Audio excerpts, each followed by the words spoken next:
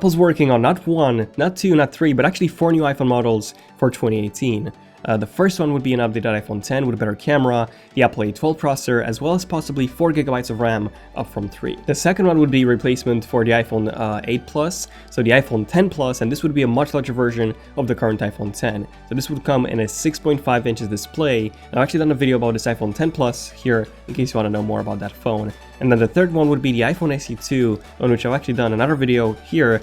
And there were actually some reports that this one has been cancelled, so more about that soon. But this fourth model is very, very interesting, and this is what this video is all about. The iPhone X Lite. Not the Pepsi version, not the 0 calories one, but the actual cheaper version of the iPhone X. And this is everything you need to know, so sit back, relax, and here's everything you need to know in terms of this iPhone X Lite. Haven't mentioned grab some snacks because I'm guessing you all know that by now. Okay, so what do we know about this mysterious iPhone X Lite? Well, this one was actually first discussed by Ming-Chi Kuo from KGI. He's actually, by the way, the #1 source in terms of Apple leaks, as in he actually has the best track record so far. He predicted a ton of Apple releases, including the iPhone X design, Apple switching to OLED, the Apple Watch, and so many more. And in January, he said that Apple's working on a third iPhone X model, something that would be more affordable than both the iPhone X as well as the iPhone X Plus, that 6.5-inch iPhone that Apple's working on for 2018. However, even though this iPhone X Lite would be more affordable than the iPhone X, it would actually come with a larger display, so a 6.1-inch display instead of the 5.8-inch display on the iPhone X or the 6.5 on the iPhone X Plus. So the biggest one being that a display, it won't be an OLED display like on the iPhone X, but an LCD display instead. So on an OLED panel, essentially, the pixels, they provide both the color as well as the brightness, meaning that you can actually turn off individual pixels whenever you wish. And you would not only get those really, really deep, basically the perfect black levels, but also a lower power consumption. On LCD displays, you always need to have a backlight on, even when you're showing just black. So the blacks would be sort of like a gray/dark blue rather than true black. So quite a bit of a display downgrade, and among with this, the resolution would also be lower. So Ming-Chi Kuo reported that the PPI, or the pixel density, would be around 320 to 330. I actually think that it's going to be exactly 326 PPI, which was up until now Apple's magical PPI number, and they use this on pretty much every single iPhone since the iPhone 4 in 2010, with the exception of the iPhone Plus series, which was 401 PPI, and then the iPhone X as well. But even that is actually still fine. You want to be able to tell the pixels apart from the normal viewing distance anyways, and the color reproduction was actually really, really good on the iPhone 8 Plus. The display on the iPhone 8 Plus, by the way, was the best rated LCD panel on any smartphone today, and I'm guessing that Apple would be using the same panel as on the iPhone 8 Plus, so a DCI-P3 color gamut panel, as well as possibly True Tone support as well. Okay, so what else? What else aside from the display downgrade? Well, the iPhone X Lite is going to come at a lower cost, so we would need some more downgrades aside from just the display. And the biggest one would actually be in terms of the camera. So instead of a dual camera module like we have on the iPhone 8 Plus, the iPhone 7 Plus, and the iPhone X, we would be getting a single camera module like on the smaller iPhone 8, possibly even the exact same camera module and also the sensor as on the 2017 iPhone 8. Now, in case you're wondering, that's actually still okay. That camera was still very, very good. It was a big improvement, especially in low light, over the iPhone 7 and the 7 Plus, and you would be getting the same 4K 60 video and pretty much every single feature from the iPhone X's camera, aside from the ability to take portrait mode photos and zoom in optically twice, basically. So those were features made possible thanks to that second camera module, so those won't be possible on the iPhone X Lite. But everything else in terms of the back-facing camera and also the front-facing camera would be the same as on the iPhone X. Now, speaking of the front-facing camera, this cheaper version of the iPhone X would actually come with all the sensors that the iPhone X has. So we would be getting Face ID support as well as Animoji support, and among with all this, portrait mode shots would actually be possible with the front camera. And they actually got some pretty big improvements with iOS 12 compared to iOS 11. So that's awesome to have. Okay, now aside from this, the design is also said to be getting a downgrade. So yes, the front would look exactly like an iPhone X front. And the back would also be made out of glass to enable wireless charging, but the frame itself would actually be made out of aluminum instead of stainless steel like on the iPhone X. So essentially this phone would actually be a mix between the iPhone 8 Plus because of that display and the aluminum frame, and the iPhone X because of the front and the back design. And having an aluminum frame would actually mean that this phone should be lighter than the iPhone X.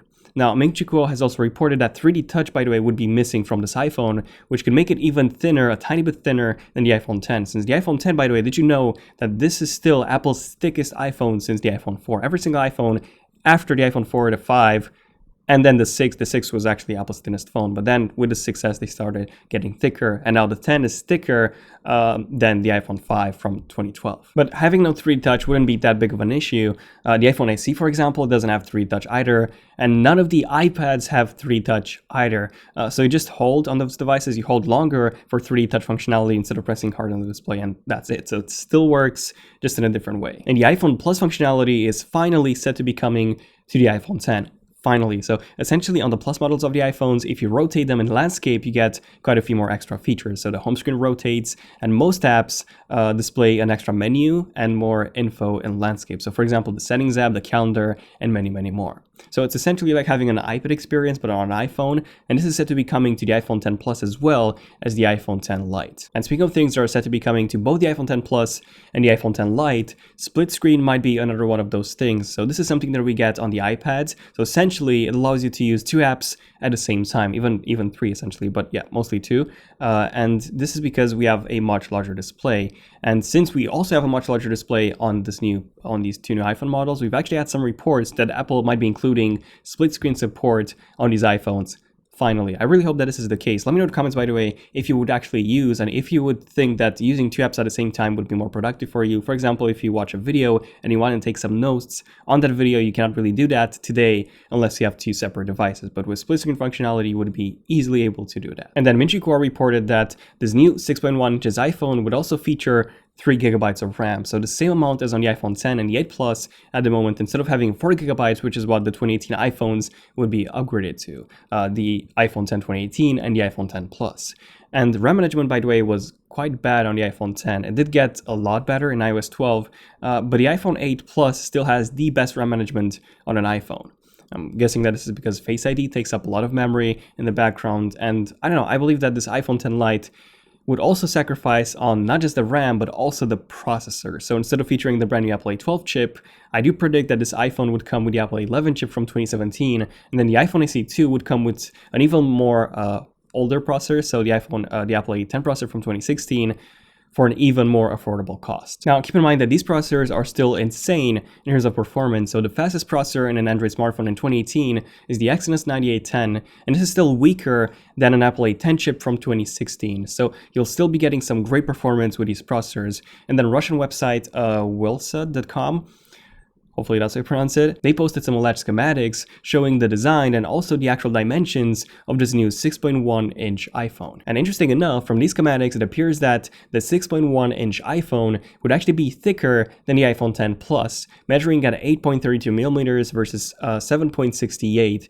which is quite surprising. I wasn't expecting this. Okay, so why is this? Why is it thicker? Well, Ming-Chi Kuo actually said that the 6.1-inch iPhone won't be coming with an L-shaped battery like the iPhone 10 did, but instead would be coming with a regular battery, so basically a rectangular battery. So maybe Apple would be adding 2 of those, even though I'm not really sure why this would make the phone this thick. I don't think Apple would be stacking 2 of them one on top of the other. I don't think Apple would be doing that, but yeah, this phone seems to be thicker than the iPhone 10 Plus, even though apparently it will lack 3D Touch. Also, DigiTimes Taiwan, another source with a really good track record when it comes to Apple leaks, they reported that all 2018 iPhones, so the 10 Plus and the 6.1-inch Lite iPhone, and maybe even the SE2, would be coming with a USB Type-C charger inside the box, which is going to be 18 watts, so an 80 watts charger, much more powerful than the 5-watt one that we get with the current generation iPhones, among with a USB Type-C to Lightning cable. So this new iPhone would also support fast charging right out of the box without you needing to buy a separate adapter and also an extra cable as well. Okay, so we know that this new 6.1-inch iPhone 10